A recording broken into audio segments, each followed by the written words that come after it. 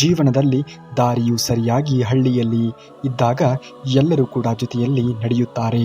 ಯಾವಾಗ ಗಾಡಿಯು ಹಳ್ಳಿಯಿಂದ ಇಳಿಯಿತು ಅಂದರೆ ಎಲ್ಲರೂ ನಮ್ಮನ್ನು ನಡು ನೀರಿನಲ್ಲಿ ಬಿಟ್ಟು ಹೊರಟು ಹೋಗುತ್ತಾರೆ. ಇಲ್ಲಿ ಯಾರನ್ನೂ ಕೂಡ ನಂಬುವುದಕ್ಕೆ ಅಷ್ಟು ಸುಲಭವಾಗಿ ಹೋಗಲೇಬಾರದು.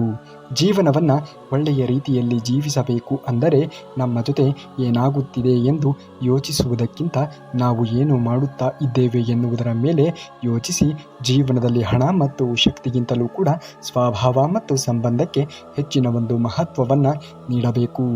ಜೀವನದಲ್ಲಿ ನಮ್ಮ ಎಲ್ಲವನ್ನೂ ಕೂಡ ಬದಲಿಸುವಂತಹ ಶಕ್ತಿ ನಾವು ಮಾಡುವಂತಹ ಕೆಲಸಕ್ಕೆ ಇದೆ. ಹಾಗಾಗಿ ಮಾಡುತ್ತಿರುವಂತಹ ಕೆಲಸವನ್ನು ನಿಷ್ಠೆ ಪ್ರಾಮಾಣಿಕತೆಯಿಂದ ಮಾಡುವುದನ್ನು ಮನುಷ್ಯನಾದವನು ಕಲಿತುಕೊಂಡಾಗ ಮಾತ್ರ ಬದುಕನ್ನು ತಾನು ಅಂದುಕೊಂಡ ರೀತಿಯಲ್ಲಿ ಜೀವಿಸುವುದಕ್ಕೆ ಸಾಧ್ಯವಾದೀತು.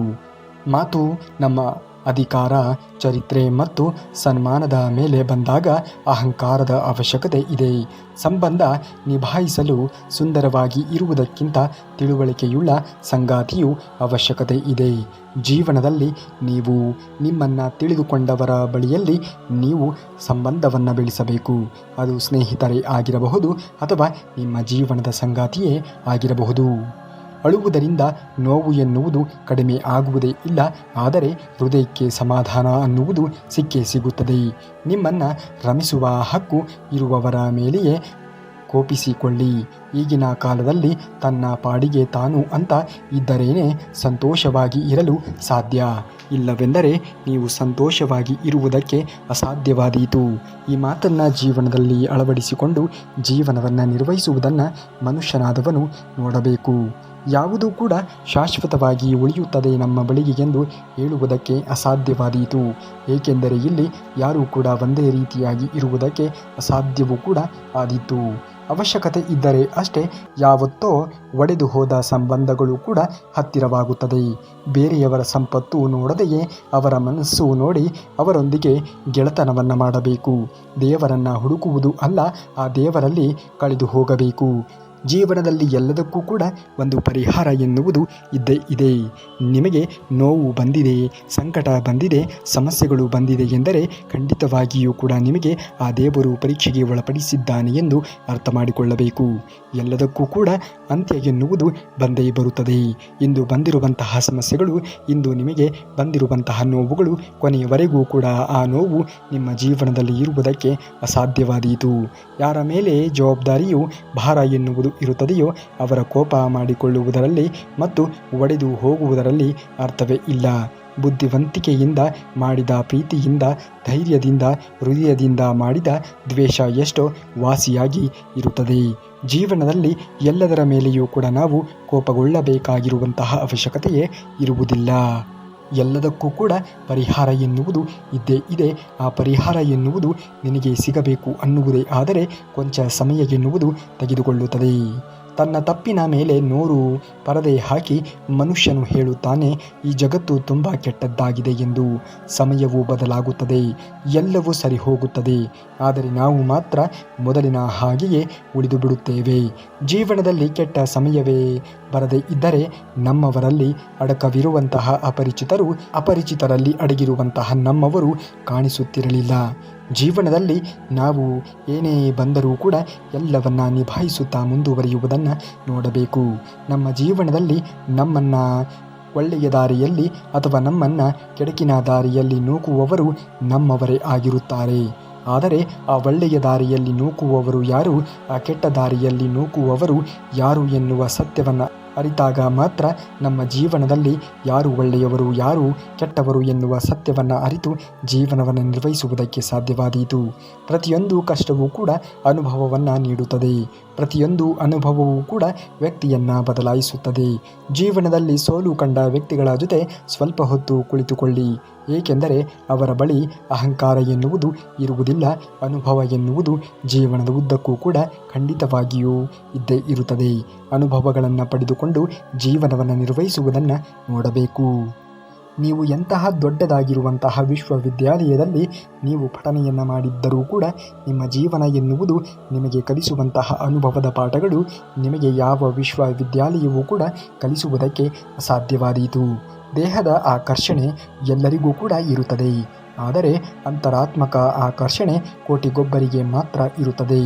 ಜಾರುವ ಕಣ್ಣೀರಿನ ಹನಿಯು ಭಾರವಿರದಿರಬಹುದು, ಆದರೆ ಅದರಲ್ಲಿ ಅಡಗಿರುವಂತಹ ನೋವು ಸಾಕಷ್ಟು ಭಾರ ಇರುತ್ತದೆ ಎನ್ನುವುದನ್ನು ಜೀವನದಲ್ಲಿ ಎಂದಿಗೂ ಕೂಡ ಮರೆಯುವುದಕ್ಕೆ ಹೋಗಲೇಬೇಡಿ. ಪ್ರತಿಯೊಂದು ಕಷ್ಟಕ್ಕೂ ಕೂಡ ಪರಿಹಾರ ಎನ್ನುವುದು ಇದ್ದೇ ಇರುತ್ತದೆ. ಆ ಪರಿಹಾರ ಯಾವುದು ಎನ್ನುವುದನ್ನು ನೀವು ಅರಿತುಕೊಂಡಾಗ ಮಾತ್ರ ಜೀವನದಲ್ಲಿ ಮುಂದೆ ಬರುವುದಕ್ಕೆ ಸಾಧ್ಯವಾದೀತು. ಋಣ ಮುಗಿದ ತಕ್ಷಣ ಎಲ್ಲರೂ ಹೊರಡಲೇಬೇಕು. ಅಪಘಾತ, ಆತ್ಮಹತ್ಯೆ, ಹೃದಯಾಘಾತ ಎಲ್ಲವೂ ಕೂಡ ಕಾರಣ ಮಾತ್ರ.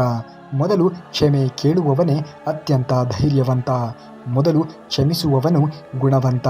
ಮೊದಲು ಮೆರೆಯುವವನು ಅತ್ಯಂತ ಸುಖವಂತ. ಮೊದಲು ಎಲ್ಲವನ್ನೂ ಕೂಡ ಮರೆಯುವವನು ಮಾತ್ರ ಅತ್ಯಂತ ಸುಖವಂತನಾಗಿ ಜೀವನವನ್ನು ನಿರ್ವಹಿಸುತ್ತಾನೆ.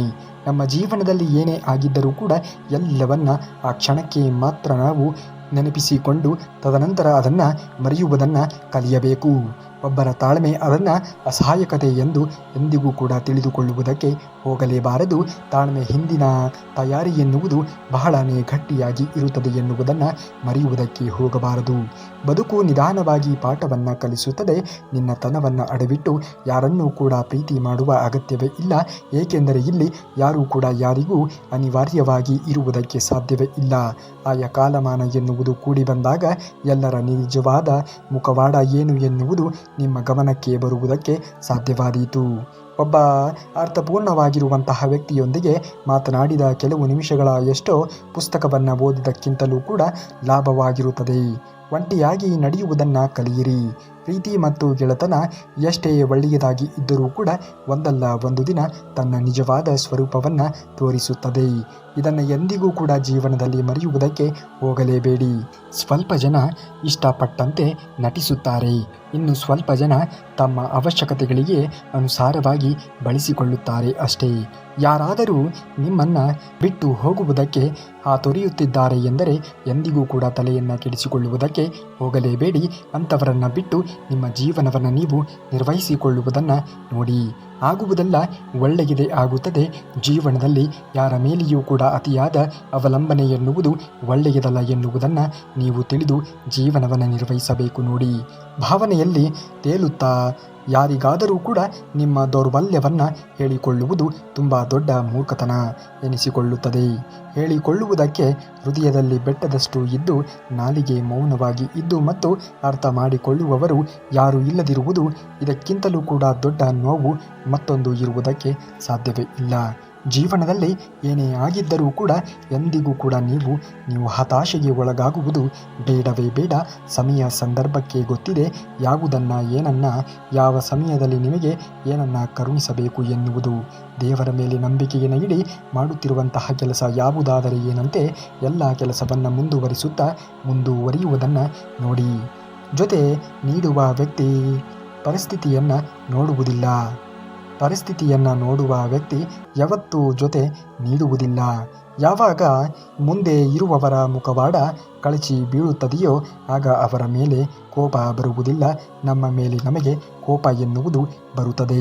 ಜೀವನದಲ್ಲಿ ಏನೇ ಆಗಿದ್ದರೂ ಕೂಡ ಎಂದಿಗೂ ಕೂಡ ತಲೆಯನ್ನು ಕೆಡಿಸಿಕೊಳ್ಳುವುದಕ್ಕೆ ಹೋಗಬೇಡಿ. ಆಗುವುದೆಲ್ಲ ಒಳ್ಳೆಯದೇ ಆಗುತ್ತದೆ. ಇದನ್ನು ಎಂದಿಗೂ ಕೂಡ ಜೀವನದಲ್ಲಿ ಮರೆಯುವುದಕ್ಕೆ ಹೋಗಬೇಡಿ. ಎಲ್ಲದರ ಹಿಂದೆ ಒಂದಲ್ಲ ಒಂದು ರೀತಿಯ ಕಾರಣ ಎನ್ನುವುದು ಇದ್ದೇ ಇರುತ್ತದೆ ಎನ್ನುವುದನ್ನು ಎಂದಿಗೂ ಕೂಡ ಜೀವನದಲ್ಲಿ ಮರೆಯುವುದಕ್ಕೆ ಹೋಗಲೇಬೇಡಿ. ಎಲ್ಲರನ್ನ ಒಳ್ಳೆಯವರು ಅಂದುಕೊಳ್ಳುವುದೇ ಒಂದು ಕೆಟ್ಟ ಅಭ್ಯಾಸ. ದುಬಾರಿ ಬಟ್ಟೆ ಶರೀರವನ್ನು ಮುಚ್ಚಬಹುದು, ಆದರೆ ಚಿಲ್ಲರೆ ಬುದ್ಧಿ ಮಾತ್ರ ಕಾಣಿಸಿಕೊಳ್ಳುತ್ತದೆ. ಎಲ್ಲಿ ಸತ್ಯ ಎನ್ನುವುದು ಇರುತ್ತದೆಯೋ ಅಲ್ಲಿ ಹಠ ಇರುತ್ತದೆ. ಎಲ್ಲಿ ಪ್ರಾಮಾಣಿಕತೆ ಎನ್ನುವುದು ಇರುತ್ತದೆಯೋ ಅಲ್ಲಿ ಒಳ್ಳೆಯ ನಡವಳಿಕೆ ಇರುತ್ತದೆ. ಎಲ್ಲಿ ಹೆಚ್ಚು ಪ್ರೀತಿ ಇರುತ್ತದೆಯೋ ಅಲ್ಲೇ ಕೋಪ ಎನ್ನುವುದು ಕೂಡ ಅಡಕವಾಗಿರುತ್ತದೆ ಎನ್ನುವುದನ್ನು ಎಂದಿಗೂ ಕೂಡ ಜೀವನದಲ್ಲಿ ನೀವು ಮರೆಯುವುದಕ್ಕೆ ಹೋಗಲೇಬಾರದು. ಕಾಣುವುದೆಲ್ಲವನ್ನೂ ಕೂಡ ನೀವು ಕಾಣುತ್ತೀರಾ, ಆದರೆ ಸಮಯ ಎನ್ನುವುದು ಬಂದಾಗ ಮಾತ್ರ. ಆ ಸಮಯಕ್ಕೋಸ್ಕರ ಮಾತ್ರ ಕಾಯುವುದನ್ನು ಕಲಿಯಬೇಕು. ಜೀವನದಲ್ಲಿ ಸಮಯ ಎನ್ನುವುದು ತುಂಬಾ ಮಹತ್ವವಾದದ್ದು. ಇಲ್ಲಿ ಕೆಟ್ಟವರು ಯಾರು, ಒಳ್ಳೆಯವರು ಯಾರು, ಎಲ್ಲರ ಮುಖವಾಡವನ್ನು ತಿಳಿಸುವುದು, ನಮಗೆ ಗೊತ್ತಾಗುವಂತೆ ಮಾಡುವುದು ಸಮಯ ಮಾತ್ರ. ನಾಳೆ ಎನ್ನುವುದು ಶತ್ರು, ಇವತ್ತು ಎನ್ನುವುದು ಸಂಬಂಧಿಕರು, ಈಗ ಎನ್ನುವುದೇ ಮಿತ್ರ, ಈ ಕ್ಷಣ ಎನ್ನುವುದೇ ಜೀವನ. ನಮ್ಮ ಗಮನ ಯಾವಾಗಲೂ ಕೂಡ ನಮ್ಮ ಗುರಿಯ ಕಡೆಗೆ ಇರಬೇಕೇ ಹೊರತು ನಮ್ಮನ್ನು ಗುರಾಯಿಸುವವರ ಕಡೆ ಎಂದಿಗೂ ಕೂಡ ನಮ್ಮ ಗಮನ ಎನ್ನುವುದು ಇರಲೇಬಾರದು. ನಮ್ಮ ಗುರಿಯ ಕಡೆಗೆ ನಮ್ಮ ಗಮನ ಎನ್ನುವುದು ಇದ್ದಾಗ ಜೀವನದಲ್ಲಿ ಯಾವ ಗುರಿಯೂ ಕೂಡ ಇಲ್ಲಿ ಅಸಾಧ್ಯ ಎನ್ನುವುದು ಇಲ್ಲ ನೋಡಿ. ಬಯಸಿದ್ದು ಸಿಗಬೇಕಾದರೆ ಯೋಗ ಎನ್ನುವುದು ಇರಬೇಕು. ಸಿಕ್ಕಿದ್ದನ್ನು ಉಳಿಸಿಕೊಳ್ಳುವುದಕ್ಕೆ ಯೋಗ್ಯತೆ ಎನ್ನುವುದು ಇರಬೇಕು. ನಮ್ಮನ್ನು ಇಷ್ಟಪಡುವವರು ನಮ್ಮಲ್ಲಿ 1000 ತಪ್ಪುಗಳು ಕಂಡರೂ ಕೂಡ ಕೈ ಹಿಡಿದು ತಿದ್ದಲು ಬಯಸುತ್ತಾರೆ. ಆದರೆ ನಮ್ಮನ್ನು ಇಷ್ಟಪಡದೇ ಇರುವವರು ನಮ್ಮಲ್ಲಿ 1000 ಒಳ್ಳೆಯ ಗುಣಗಳು ಇದ್ದರೂ ಅದೇ ಒಂದು ತಪ್ಪುಗಳನ್ನು ಹಿಡಿದು ಅವರು ನಮ್ಮನ್ನು ಹೀಯಾಳಿಸುವುದಕ್ಕೆ, ನಮ್ಮನ್ನು ಕೆಳಗೆ ಬೀಳಿಸುವುದಕ್ಕೆಯೇ ನೋಡುತ್ತಾ ಇರುತ್ತಾರೆ. ಅಂಥವರ ಮಾತುಗಳಿಗೆ, ಅಂಥವರ ಬೈಗುಳಗಳಿಗೆ ನೀವು ಏತಕ್ಕಾಗಿ ತಲೆಯನ್ನು ಕೆಡಿಸಿಕೊಳ್ಳುವುದಕ್ಕೆ ಹೋಗುತ್ತೀರಾ? ಅವರು ನಿಮ್ಮನ್ನು ಕೆಳಗೆ ಬೀಳಿಸುವಂತಹ, ನಿಮ್ಮನ್ನು ಕೆಳಗೆ ನೂಕುವಂತಹ ತಂತ್ರವನ್ನು ಹೆಣೆಯುತ್ತಿದ್ದಾರೆ. ಎಂದಿಗೂ ಕೂಡ ಅಂಥವರ ತಂತ್ರಗಳಿಗೆ ನೀವು ಬಲಿಯಾಗುವುದಕ್ಕೆ ಹೋಗಲೇಬಾರದು. ಜೀವನದಲ್ಲಿ ಎಲ್ಲದಕ್ಕೂ ಕೂಡ ಒಂದು ಆಯಾಮ ಎನ್ನುವುದು ಇದ್ದೇ ಇರುತ್ತದೆ. ಒಬ್ಬ ವ್ಯಕ್ತಿಯ ಅಭ್ಯಾಸವಾಗಿ ಬಿಡುವುದು ತುಂಬ ಭಯಾನಕ. ಅಭ್ಯಾಸಗಳಲ್ಲೇ ಒಂದು, ಯಾರನ್ನೂ ಕೂಡ ತುಂಬ ಇಷ್ಟಪಡುವುದರಿಂದ ಪ್ರೀತಿ ದೊರೆಯುವುದಿಲ್ಲ. ಅದಕ್ಕೆ ಜೀವನದಲ್ಲಿ ಹಣ ಎನ್ನುವುದು ಇರಬೇಕಾಗುತ್ತದೆ. ಯಾರು ಜೀವನದಲ್ಲಿ ನಿಮ್ಮನ್ನು ಪ್ರತಿ ಬಾರಿಯೂ ಕೂಡ ಅವಮಾನ ಮಾಡಲಾಗುತ್ತದೆಯೋ ಅವರ ಜೀವನದಲ್ಲಿ ನಿಮ್ಮ ಹೆಜ್ಜೆ ಗುರುತು ಇಲ್ಲದ ಹಾಗೆ ದೂರವಾಗಿ ಬಿಡಿ. ಜೀವನದಲ್ಲಿ ಎಲ್ಲದಕ್ಕೂ ಕೂಡ ಒಂದು ಕಾಲ ಎನ್ನುವುದು ಕೂಡಿ ಬಂದೇ ಬರುತ್ತದೆ. ಆ ಕಾಲ ಎನ್ನುವುದು ಬಂದಾಗ ನಿಮ್ಮ ಜೀವನದಲ್ಲಿ ನಿಮ್ಮ ನಿರೀಕ್ಷೆಗಳೆಲ್ಲವೂ ಕೂಡ ನಿಜವಾಗುತ್ತದೆ. ಯಾವಾಗಲೂ ಕೂಡ ಜೀವನದಲ್ಲಿ ಸಕಾರಾತ್ಮಕವಾಗಿರುವಂತಹ ವಾತಾವರಣವನ್ನು ಜೀವನದಲ್ಲಿ ಸೃಷ್ಟಿ ಮಾಡಿಕೊಳ್ಳಬೇಕು.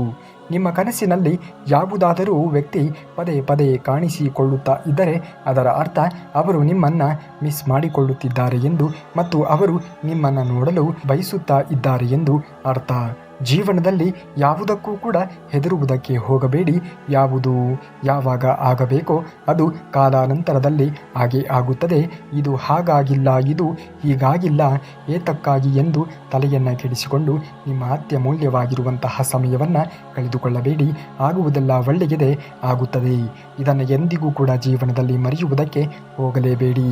ಕೋಟಿ ಇದ್ದರೆ ಏನಂತೆ, ಮಾನವೀಯತೆಯ ಮೌಲ್ಯಗಳು ಜೀವನದಲ್ಲಿ ಇರದಿದ್ದರೆ ಆ ಜೀವನವೇ ನಿರರ್ಥಕವಾಗುವುದು. ಜೀವನ ಎನ್ನುವುದು ಕೇವಲ ಹಣದಿಂದ ಸಾಗುವ ದೋಣಿಯಲ್ಲ. ಅದಕ್ಕೆ ಮಾನವೀಯತೆ ಎಂಬ ನಾವಿಕ ಮತ್ತು ದಾನ ಧರ್ಮ ಎನ್ನುವಂತಹ ಹುಟ್ಟು ಕೂಡ ಅಗತ್ಯವಾಗಿ ಬೇಕಾಗುತ್ತದೆ ಎನ್ನುವುದನ್ನು ಎಂದಿಗೂ ಕೂಡ ಜೀವನದಲ್ಲಿ ಮರೆಯುವುದಕ್ಕೆ ಹೋಗಲೇಬಾರದು. ಎಲ್ಲದಕ್ಕೂ ಕಾಲ ಎನ್ನುವುದು ಕೂಡಿ ಬಂದಾಗ ನಿಮ್ಮ ನಿರಂತರವಾಗಿರುವಂತಹ ಪ್ರಯತ್ನಕ್ಕೆ ಖಂಡಿತವಾಗಿಯೂ ಕೂಡ ಫಲ ಎನ್ನುವುದು ಸಿಕ್ಕೇ ಸಿಗುತ್ತದೆ. ಯಾವುದೇ ಕಾರಣಕ್ಕೂ ಕೂಡ ತಲೆಯನ್ನು ಕೆಡಿಸಿಕೊಳ್ಳುವುದಕ್ಕೆ ಹೋಗಬೇಡಿ. ಆಗುವುದೆಲ್ಲ ಒಳ್ಳೆಯದೇ ಆಗುತ್ತದೆ. ಅವಶ್ಯಕತೆ ಇದ್ದಾಗ ಮಾತ್ರ ನಮ್ಮನ್ನು ನೆನಪು ಮಾಡಿಕೊಳ್ಳುವವರೇ ಬುದ್ಧಿವಂತರು. ಅವರ ಮೇಲೆ ಅತಿಯಾದ ನಂಬಿಕೆಯನ್ನು ಇಟ್ಟ ನಾವೇ ದಡ್ಡರು. ಜೀವನದಲ್ಲಿ ನಂಬಿಕೆಯನ್ನು ಯಾರ ಮೇಲೆ ಇಡಬೇಕು, ಯಾರ ಮೇಲೆ ಇಡಬಾರದು ಎನ್ನುವುದು ಕೂಡ ತುಂಬಾ ಮುಖ್ಯವಾದದ್ದು. ನಮ್ಮ ಅವಶ್ಯಕತೆಗಳಿಗಿಂತ ಏನೂ ಹೆಚ್ಚಾದರೂ ಕೂಡ ಅದು ವಿಷ. ಅದು ಅಧಿಕಾರವಾಗಿರಬಹುದು, ಐಶ್ವರ್ಯ, ಹಸಿವು, ದುರಾಸೆ, ಸೋಮಾರಿತನ, ಪ್ರೇಮ, ಆಕಾಂಕ್ಷೆ, ದ್ವೇಷ ಅಥವಾ ಯಾವುದಾದರೂ ಕೂಡ ಇರಬಹುದು. ಜೀವನದಲ್ಲಿ ಯಾವುದು ಕೂಡ ಇಲ್ಲಿ ಅತಿಯಾಗುವುದಕ್ಕೆ ಹೋಗಲೇಬಾರದು. ಸಾಧಿಸುವ ಮುನ್ನ ಹಾಸ್ಯವಾಗಿ ನೋಡುತ್ತಾರೆ, ಸಾಧಿಸಿದ ಮೇಲೆ ವಿಶೇಷವಾಗಿ ನೋಡುತ್ತಾರೆ. ಆದ್ದರಿಂದ ನೀವು ಏನು ಅಂದುಕೊಂಡಿದ್ದೀರೋ ಅದನ್ನು ಅರ್ಧದಲ್ಲಿ ಎಂದಿಗೂ ಕೂಡ ಕೈ ಬಿಡುವುದಕ್ಕೆ ಹೋಗಲೇಬೇಡಿ. ಎಲ್ಲವೂ ಕೂಡ ಸಾಧ್ಯವಾಗುತ್ತದೆ. ಯಾವಾಗ ಪ್ರಾಮಾಣಿಕವಾಗಿ ಜೀವನದಲ್ಲಿ ನೀವು ಕೆಲಸವನ್ನು ಮಾಡುವುದಕ್ಕೆ ತೊಡಗಿದಾಗ ಖಂಡಿತವಾಗಿಯೂ ಕೂಡ ಇಲ್ಲಿ ಅಸಾಧ್ಯವಾಗಿರುವುದನ್ನು ಕೂಡ ಸಾಧ್ಯವಾಗಿಸಿಕೊಳ್ಳಬಹುದು. ನಾವು ಮೋಸ ಹೋದಾಗ ಮತ್ತೊಬ್ಬರನ್ನು ದೂರುವ ಅವಶ್ಯಕತೆಯೇ ಇಲ್ಲ.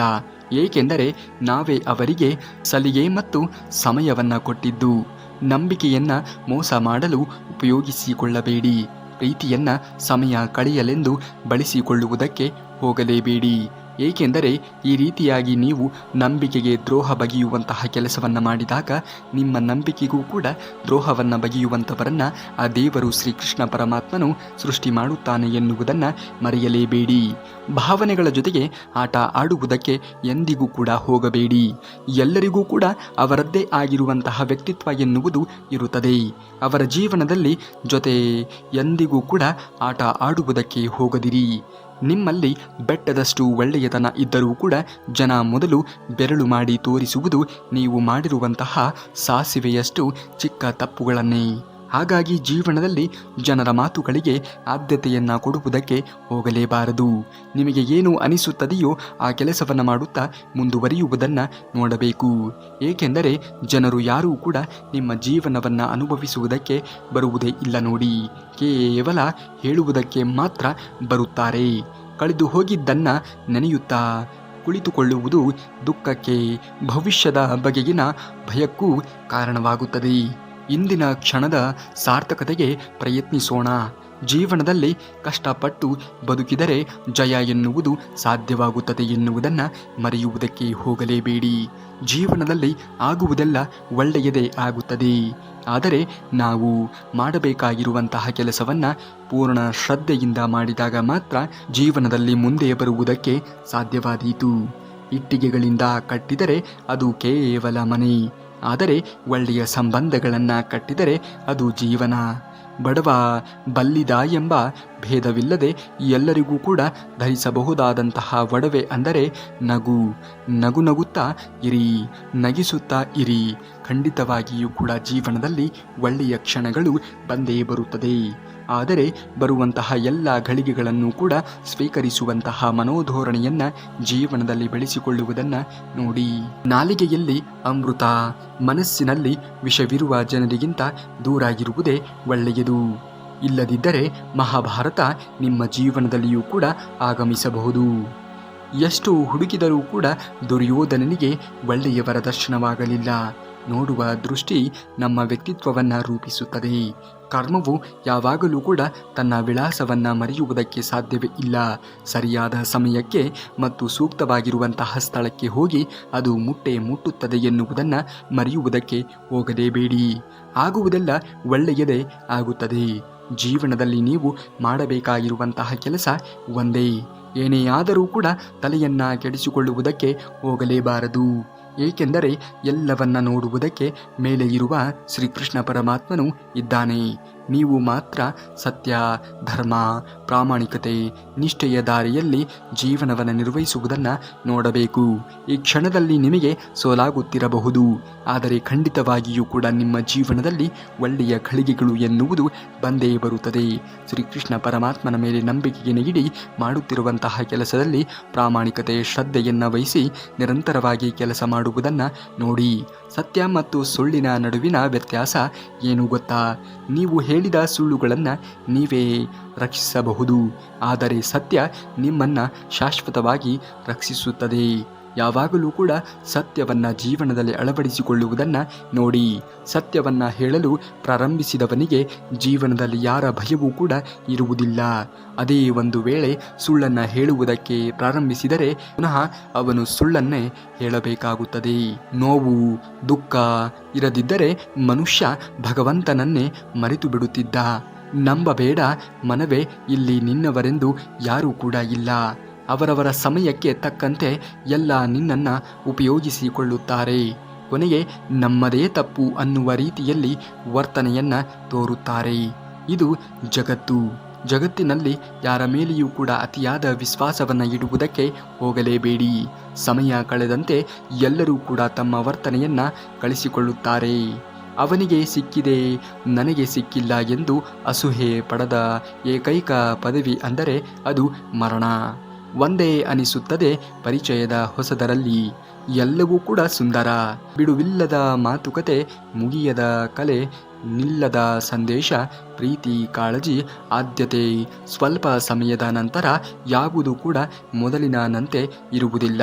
ಕಾರಣ ಇಷ್ಟೇ ಇದೆ, ಬದಲಾವಣೆ ಈ ಜಗತ್ತಿನ ನಿಯಮ. ಈ ಬದಲಾವಣೆಗಳಿಗೆ ತಕ್ಕಂತೆ ನಮ್ಮ ಜೀವನ ಶೈಲಿಯನ್ನು ಕೂಡ ನಾವು ಬದಲಾಯಿಸಿಕೊಂಡು ಹೋಗುವುದನ್ನು ನೋಡಬೇಕು.